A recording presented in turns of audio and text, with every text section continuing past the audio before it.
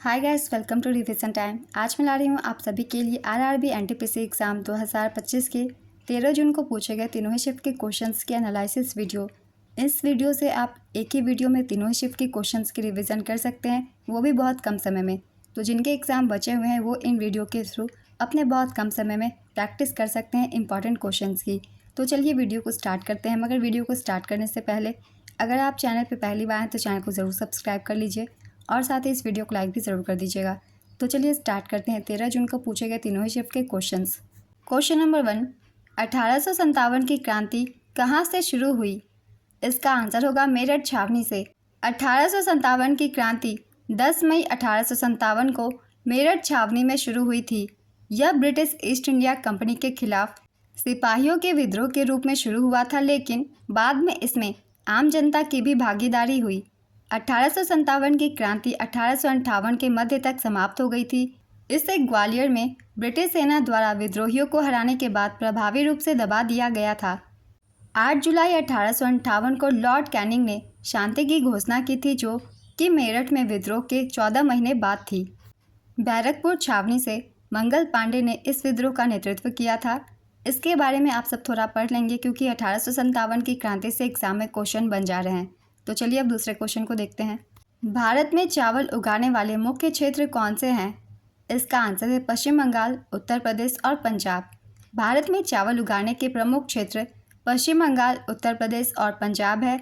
इन तीनों राज्यों में चावल का उत्पादन भारत के कुल उत्पादन का लगभग 36% है। पश्चिम बंगाल भारत का सबसे बड़ा चावल उत्पादक राज्य है, जो देश के कुल चावल उत्पादन में 13.62% का योगदान करता है। उत्तर प्रदेश का योगदान 12.81% है और पंजाब का योगदान 9.96% है। नेक्स्ट क्वेश्चन, रुद्रदामन प्रथम किस वंश का शासक था जिसने मथुरा और गुजरात पर शासन किया था? इसका आंसर है पश्चिमी क्षत्रप वंश। रुद्रदामन प्रथम एक महान शक शासक पश्चिमी क्षत्रप वंश से संबंधित था। वह राजा चष्टना का पोता था और उसने अपने शासनकाल में पश्चिमी क्षत्रप वंश को मजबूत किया था। इसके शासनकाल की अवधि थी 130 से 150 ईस्वी तक। नेक्स्ट क्वेश्चन, थार मरुस्थल की सीमा किन किन राज्यों से लगती है? इसका आंसर है राजस्थान, हरियाणा, पंजाब और गुजरात। थार मरुस्थल की सीमा मुख्यतः राजस्थान राज्य से लगती है, लेकिन इसके कुछ भाग हरियाणा, पंजाब और गुजरात राज्यों में फैले हुए हैं। थार मरुस्थल का एक छोटा हिस्सा पाकिस्तान के सिंध और पंजाब प्रांत में भी स्थित है। थार मरुस्थल को ग्रेट इंडियन डेजर्ट भी कहा जाता है। नेक्स्ट क्वेश्चन, सितंबर 1857 में अंग्रेज़ों ने किस स्थान को वापस ले लिया था? इसका आंसर है दिल्ली को।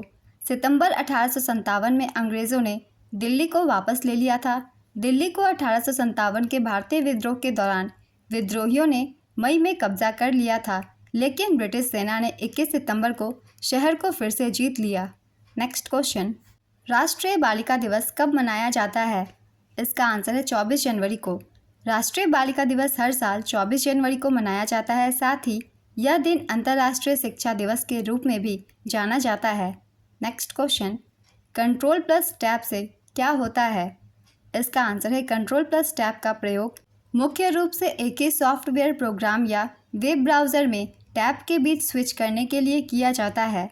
नेक्स्ट क्वेश्चन, महालवाड़ी व्यवस्था में कर किससे लिया जाता था? इसका आंसर है पूरे गांव से। महालवाड़ी व्यवस्था में कर पूरे गांव से लिया जाता था। इस व्यवस्था में गांव को एक इकाई के रूप में माना जाता था और गांव के मुखिया को किसानों से भू राजस्व एकत्र करना होता था। लॉर्ड विलियम बेंटिक ने भारत में भू राजस्व की महालवाड़ी व्यवस्था की शुरुआत की थी। नेक्स्ट क्वेश्चन, प्रिवी पर्स से क्या अभिप्राय है? इसका आंसर है पूर्व रियासतों के शासकों को उनके राज्यों भारत में विलय के बाद दिए जाने वाले एक विशेष वित्तीय प्रावधान का भुगतान। प्रिवी पर्स को संविधान के 26वें संशोधन के तहत समाप्त कर दिया गया था। यह संशोधन 1971 में लागू हुआ। संविधान में 26वें संशोधन के माध्यम से प्रिवी पर्स और शाही उपाधियों को समाप्त कर दिया गया था। प्रिवी पर्स भारत के पूर्व शासकों को उनके राज्य के विलय के बाद दिए जाने वाले धन थे। संविधान के इस संशोधन ने अनुच्छेद 291 और 362 को भी हटा दिया, जो प्रिवी पर्स के प्रावधानों से संबंधित थे। प्रीवी पर से एग्जाम में पहले भी क्वेश्चन पूछे गए हैं, इसलिए इन सभी के बारे में अच्छे से पढ़ लीजिएगा। अगला क्वेश्चन है, मानव विकास सूचकांक 2025 में कौन सा देश चौथे स्थान पर रहा? इसका आंसर है डेनमार्क। यूएनडीपी मानव विकास सूचकांक 2025 में भारत 130वें स्थान पर रहा। इस सूचकांक में कुल 193 देशों को शामिल किया गया है। पहले स्थान पे आइसलैंड है। आइसलैंड का स्कोर है 0.972। दूसरे स्थान पे नॉर्वे है। नॉर्वे का स्कोर है 0.970। तीसरे स्थान पे है स्विट्ज़रलैंड, इसका स्कोर है 0.970। चौथे स्थान पे है डेनमार्क, डेनमार्क का स्कोर है 0.962। और पाँचवें स्थान पे है जर्मनी और स्वीडन, इन दोनों का स्कोर है 0.959। इस रिपोर्ट की जारी करता है यूनाइटेड नेशंस डेवलपमेंट प्रोग्राम। किसी भी इंडेक्स के बारे में वो किसके द्वारा जारी की जाती है वो भी याद रखिएगा, इससे भी क्वेश्चन एग्जाम में बन जाते हैं। तो ये सूचकांक जारी की जाती है यूएनडीपी के द्वारा, और साथ ही आपको भारत की रैंक भी याद रखनी है। चलिए अब दूसरे क्वेश्चन को देखते हैं। जब निचली अदालत जैसे सत्र न्यायालय सज़ा सुनाती है तो हाई कोर्ट उस सज़ा को अपनाने से पहले किस तरह की सज़ा की समीक्षा करता है? इसका आंसर है मृत्युदंड यानी कि फांसी, आजीवन कारावास या 10 वर्ष या उससे अधिक की सज़ा को। नेक्स्ट क्वेश्चन, फरवरी 2025 में किस बैंक ने व्हाट्सएप बैंकिंग सेवा शुरू की है? इसका आंसर है इंडियन बैंक ने। छोटा नागपुर पठार से निकलने वाली प्रमुख नदी कौन सी है? इसका आंसर है दामोदर नदी। नेक्स्ट क्वेश्चन, फरवरी 2025 में हिमस्खलन भारत के किस राज्य में हुआ था जहां 8 लोग मरे थे? इसका आंसर है उत्तराखंड के चमोली जिले में। नेक्स्ट क्वेश्चन, 73वें संविधान संशोधन के तहत गठित त्रिस्तरीय पंचायती राज व्यवस्था में निचले स्तर पर सबसे अच्छा कार्य कौन करता है? इसका आंसर है ग्राम पंचायत। पंकज आडवाणी ने 2025 एशियाई स्नूकर चैंपियनशिप के फाइनल में किसे हराया है? इसका आंसर है आमिर सरगोज को। ये एक ईरान के खिलाड़ी हैं। नेक्स्ट क्वेश्चन, थार मरुस्थल में पानी कौन से नहर से आता है? इसका आंसर है इंदिरा गांधी नहर से आता है। नेक्स्ट क्वेश्चन, 2019 में नागरिकता संशोधन अधिनियम CAA में कितने धर्म थे? इसका आंसर है 6 धर्म थे। ये 6 धर्म हैं हिंदू, सिख, पारसी, बौद्ध, जैन, ईसाई। ये प्रावधान पाकिस्तान, अफगानिस्तान और बांग्लादेश से आए इन 6 धर्मों के लोगों पर लागू होते हैं। और इसी के साथ आपको ये भी याद रखना है, भारतीय संविधान में नागरिकता का उल्लेख अनुच्छेद 5 से 11 तक किया गया है। अगला क्वेश्चन है, ऑल्ट प्लस स्पेस बार की का प्रयोग किस लिए किया जाता है? इसका आंसर है किसी भी सक्रिय विंडो के सिस्टम मेनू को खोलने के लिए किया जाता है। नेक्स्ट क्वेश्चन, स्टोव के नीले रंग होने का क्या कारण है? इसका आंसर है ईंधन का पूर्ण दहन। नेक्स्ट क्वेश्चन, 2025 में दीप्ति शर्मा ICC महिला ODI ऑलराउंडर रैंकिंग में किस रैंक पर है? इसका आंसर है ये चौथे रैंक पे है। नेक्स्ट क्वेश्चन, ब्रिटिश राज में सबसे पहले नगर पालिका की शुरुआत कब हुई थी? इसका आंसर है 1687 से 88 के बीच। और सबसे पहले नगर पालिका की शुरुआत अगर राज्य या जगह में पूछ ली जाए तो मद्रास में हुई थी, इसे भी याद रखिएगा। अगला क्वेश्चन है, प्रधानमंत्री नरेंद्र मोदी किस देश के 57वें राष्ट्रीय दिवस के अवसर पर 11 से 12 मार्च 2025 को वहां गए थे? इसका आंसर है मॉरिशस। प्रधानमंत्री नरेंद्र मोदी मॉरिशस गणराज्य के 57वें राष्ट्रीय दिवस समारोह में मुख्य अतिथि के रूप में शामिल हुए थे। इस समारोह में प्रधानमंत्री नरेंद्र मोदी को मॉरिशस के सर्वोच्च नागरिक पुरस्कार grand commander of the order of the star and की ऑफ द इंडियन ओशन से सम्मानित किया गया। अगला क्वेश्चन है, संगम साहित्य के 8 संकलन किस पुस्तक में हैं? इसका आंसर है एटू टोके में। अगर आप लोगों ने पहले की एनालिसिस देखी हुई है, उसमें मैंने एक्स्ट्रा फैक्ट्स में आप सभी को बताया था 8 संगम साहित्य के संकलन का नाम। अगर आप लोगों ने याद किया होगा तो आपको इसका आंसर पता होगा। तो चलिए, जिन लोगों ने नहीं देखा है उन लोगों के लिए एक बार फिर से रिविज़न कर लेते हैं। संगम साहित्य के 8 संकलन एटू टोके है, जिनमें ये ग्रंथ शामिल है। इनके नाम हैं एंकुरुनुरु, नरीनाई, अग्नानुरु, पुरानानुरु, कुरुनथोके, कलितोके, परिपादल और पदिरट्टू या फिर पदित्रपत्तु। और ये 8 संकलन के नाम थे, इन्हें भी ध्यान में रखिएगा। अरावली और विंध्य पर्वतमाला के बीच कौन सा पठार स्थित है? इसका आंसर है मालवा का पठार। अरावली और विंध्य के बीच मालवा का पठार स्थित है। मालवा का पठार अरावली पर्वतमाला के पूर्व में और विंध्य पर्वतमाला के उत्तर में स्थित है। यह एक ज्वालामुखी मूल का पठार है और इसमें मध्य प्रदेश और राजस्थान राज्य शामिल है। नेक्स्ट क्वेश्चन, महान हिमालय को और किस नाम से जाना जाता है? इसका आंसर है हिमाद्री। महान हिमालय को हिमाद्री, आंतरिक हिमालय और ग्रेटर हिमालय के नाम से भी जाना जाता है। अगला क्वेश्चन है, भारत में 24 जनवरी कौन सा दिवस मनाया जाता है? इसका आंसर है नेशनल गर्ल चाइल्ड डे। 25 जनवरी को मतदाता दिवस मनाया जाता है और 23 जनवरी को पराक्रम दिवस। इनसे भी एग्जाम में क्वेश्चन पूछे गए हैं, इसलिए इसे भी याद रखिएगा। अगला क्वेश्चन है, मोहनजोदड़ो में पाई गई डांसिंग गर्ल के नाम से प्रसिद्ध महिला की मूर्ति किससे बनी हुई है? इसका आंसर है कांस्य से। डांसिंग गर्ल कांस्य से बनी एक मूर्ति है। यह सिंधु घाटी सभ्यता से संबंधित है और लगभग 2500 ईसा पूर्व की है। इसकी लंबाई 10.8 सेंटीमीटर है। मोहनजोदड़ो की खोज आर.डी. बनर्जी ने 1922 में की थी। यह सिंध के दाहिने तट पर सिंध में लड़काना जिले में स्थित है। मोहनजोदड़ो से पशुपति मोहरे कांस्य छवि, एक नृत्य करती लड़की की दाढ़ी वाले व्यक्ति की स्टाइटाइड छवि, मातृ देवी की टेराकोटा की मूर्ति और 3 बेलनाकार मोहरे पाई गई है। इन सभी चीज़ों से पहले भी एग्जाम में क्वेश्चन पूछे जा चुके हैं, इसलिए इन सभी को आप सब याद रखिएगा। और इसी के साथ हड़प्पा सभ्यता से भी काफ़ी क्वेश्चन एग्जाम्स में पूछे जा रहे हैं, तो एक बार आप लोग अच्छे से रिवीजन कर लीजिएगा। अगला क्वेश्चन है, स्थानांतरित कृषि को झूम खेती किस राज्य में कहते हैं? इसका आंसर है असम, मणिपुर, मिजोरम और नागालैंड में। इनमें से कोई भी एक ऑप्शन में हो आप उसे टिक कर सकते हैं, क्योंकि इन सभी राज्यों में स्थानांतरित कृषि को झूम खेती कहते हैं। स्थानांतरित कृषि, जिसे झूम खेती भी कहा जाता है, भारत के उत्तर पूर्वी राज्यों में प्रचलित है। यह कृषि का एक ऐसा रूप है जिसमें भूमि को साफ करने के लिए पेड़ों को काटा जाता है, जला दिया जाता है और फिर खेती की जाती है। जब मिट्टी की उर्वरता कम हो जाती है तो किसान दूसरी जगह पर जाकर खेती करते हैं।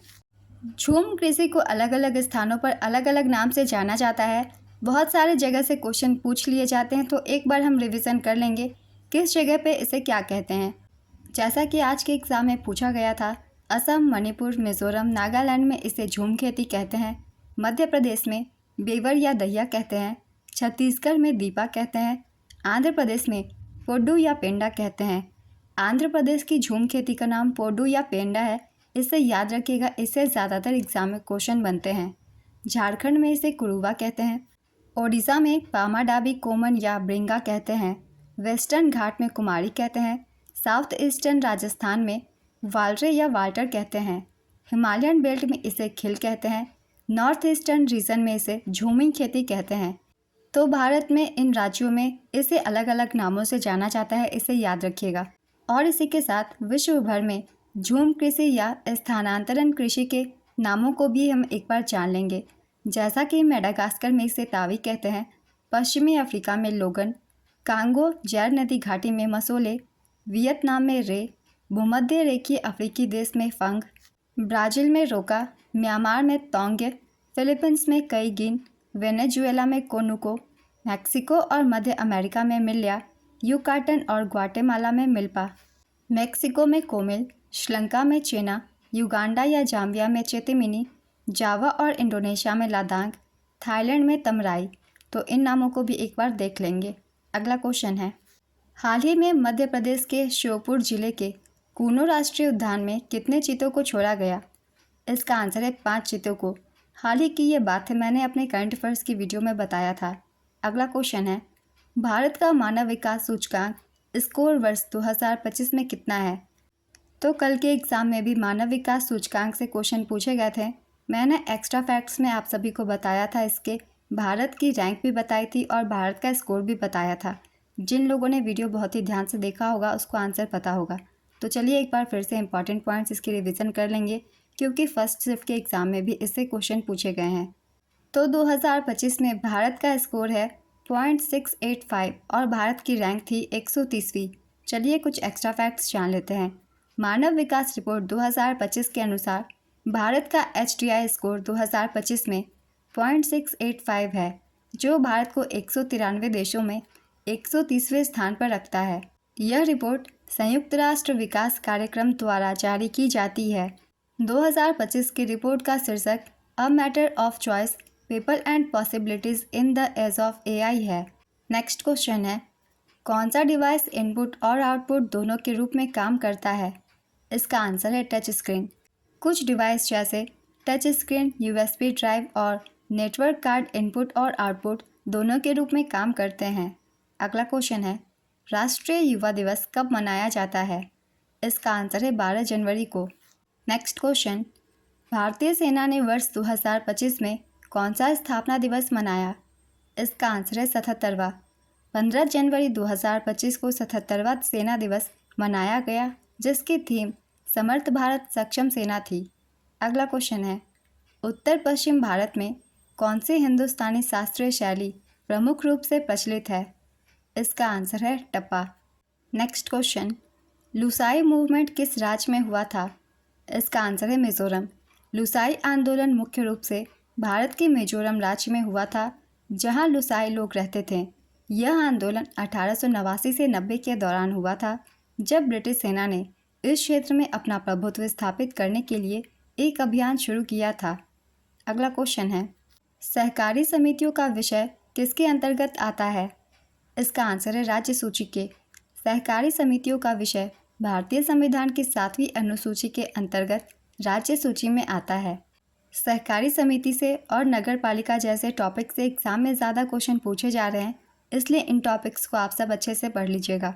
अगला क्वेश्चन है, राष्ट्रकूटों ने किस क्षेत्र पर शासन किया था? इसका आंसर है दक्कन के क्षेत्र पर। राष्ट्रकूटों ने दक्कन के क्षेत्र पर शासन किया था।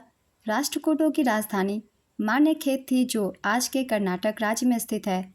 यह शहर 9वीं शताब्दी में राष्ट्रकूट शासक अमोघवर्ष प्रथम द्वारा स्थापित किया गया था।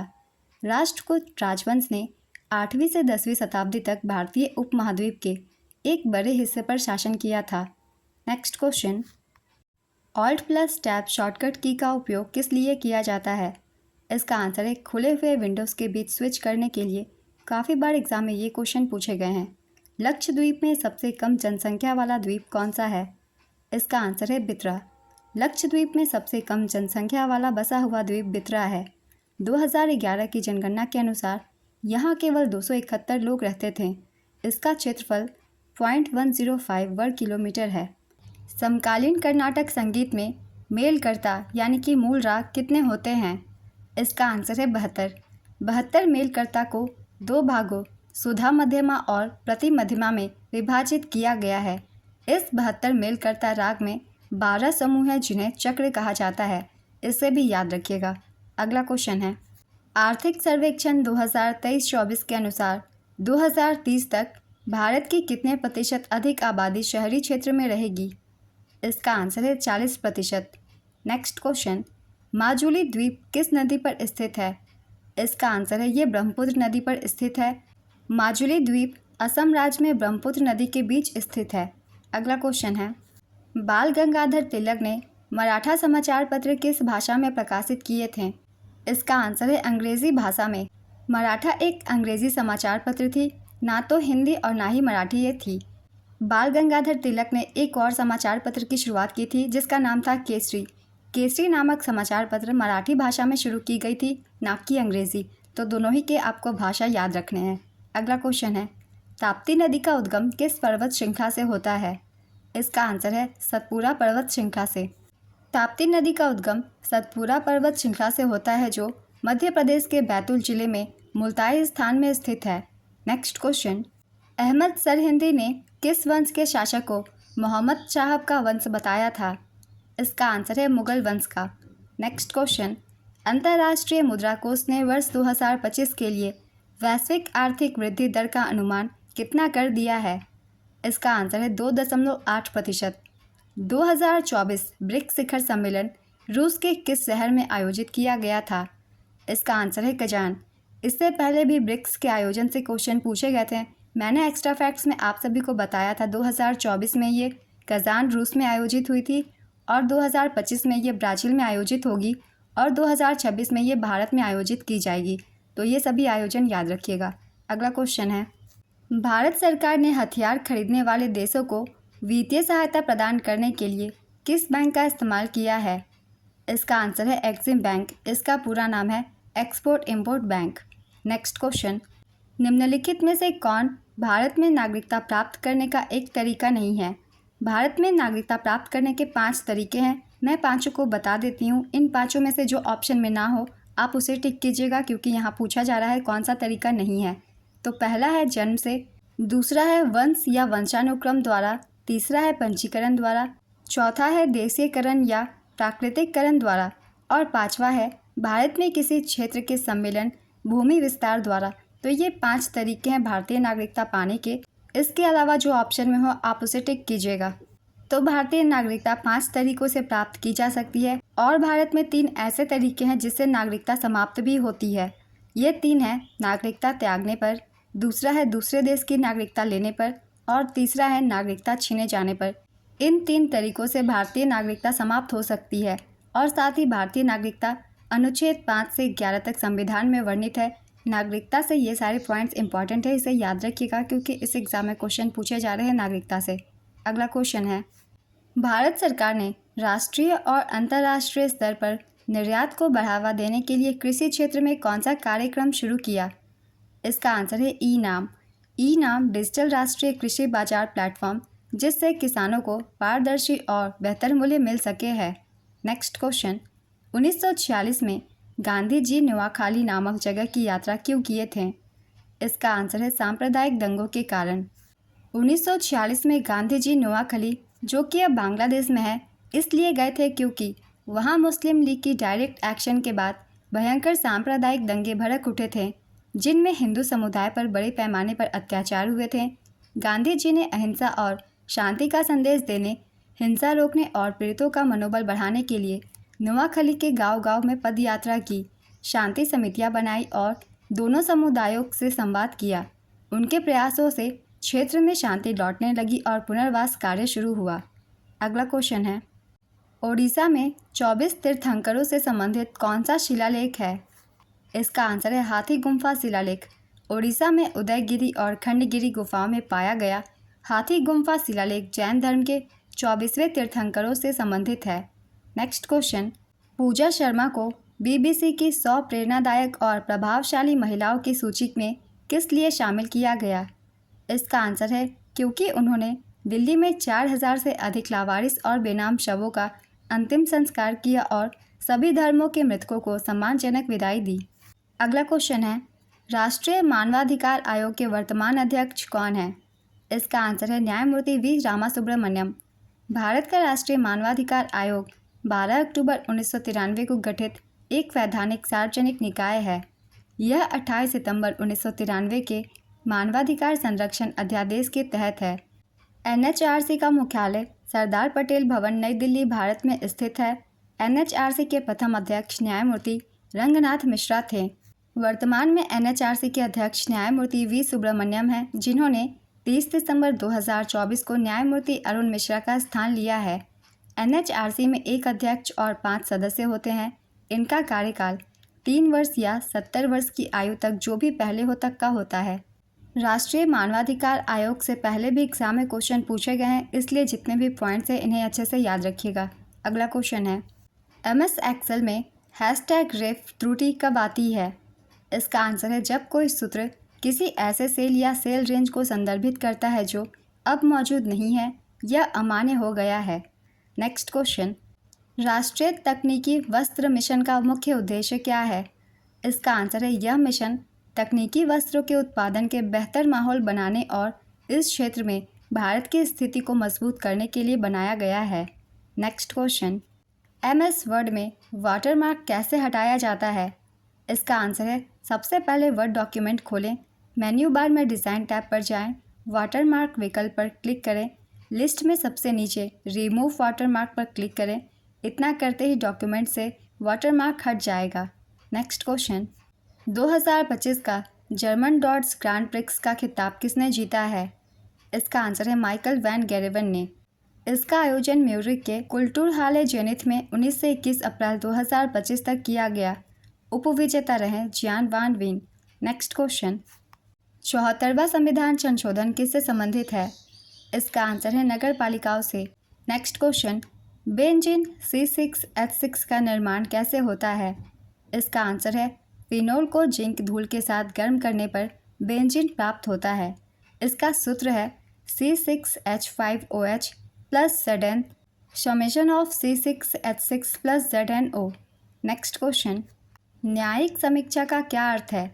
इसका आंसर है न्यायपालिका यानी कि अदालतें द्वारा सरकार, विधायी, कार्यकारी या प्रशासनिक के कार्यों की जांच करना और यह तय करना कि वे संविधान के अनुरूप है या नहीं।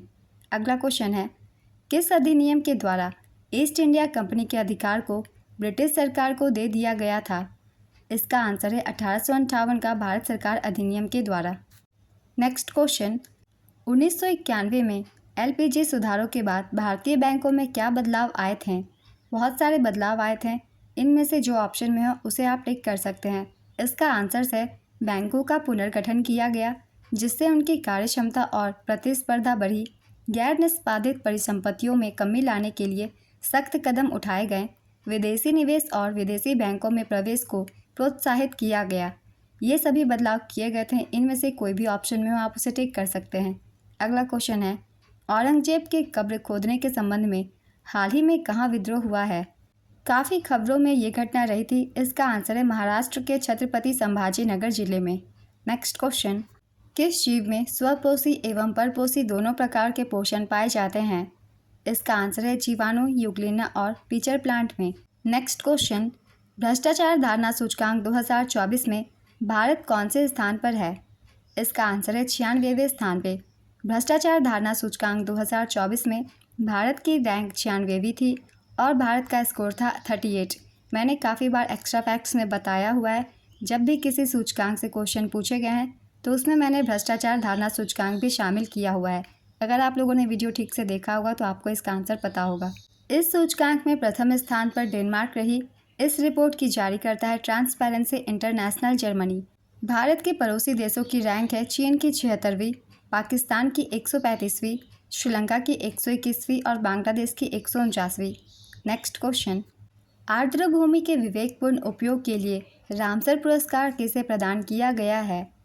इसका आंसर है डॉक्टर जयश्री वेंकटेशन को। डॉक्टर जयश्री वेंकटेशन आर्द्र भूमि के विवेकपूर्ण उपयोग श्रेणी में वार्षिक प्रतिष्ठित रामसर पुरस्कार जीतने वाली पहली भारतीय बन गई हैं। Doctor Jayashree Venkatesan care health trust की सह संस्थापक है। इस ट्रस्ट की स्थापना 2000 में चेन्नई, तमिलनाडु में की गई थी। कुछ दिनों पहले ही मैंने डाल रखी थी अवार्ड से related video RRB NTPC exam के लिए, उसमें मैंने ये क्वेश्चन भी शामिल किया था। जिन लोगों ने ध्यान से देखा होगा उसको आंसर पता होगा। अगला क्वेश्चन है, भारत के राष्ट्रपति द्वारा उच्च न्यायालय के न्यायाधीश की नियुक्ति किसके परामर्श से की जाती है? इसका आंसर है भारत के मुख्य न्यायाधीश संबंधित उच्च न्यायालय के मुख्य न्यायाधीश और संबंधित राज्य के राज्यपाल के परामर्श से। नेक्स्ट क्वेश्चन, चंद्रगुप्त मौर्य का उत्तराधिकारी कौन था जिसने 298 ईसा पूर्व से 273 ईसा पूर्व तक शासन किया था? इसका आंसर है बिंदुसार।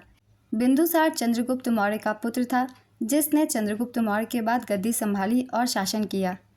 आज की एनालिसिस वीडियो कंप्लीट होती है। अगर आप सभी को ये वीडियो हेल्पफुल लग रही हो तो इसे लाइक ज़रूर कर दीजिएगा और इस तरीके की कम टाइम की एनालिसिस वीडियो के लिए चैनल को ज़रूर सब्सक्राइब कर लीजिए। आप सभी को आने वाले एग्जाम्स के लिए भी एनालिसिस वीडियो मिलते रहेंगे। तो फिर मिलते हैं अगली वीडियो के साथ। आप सभी को आने वाले एग्जाम्स के लिए ऑल द बेस्ट।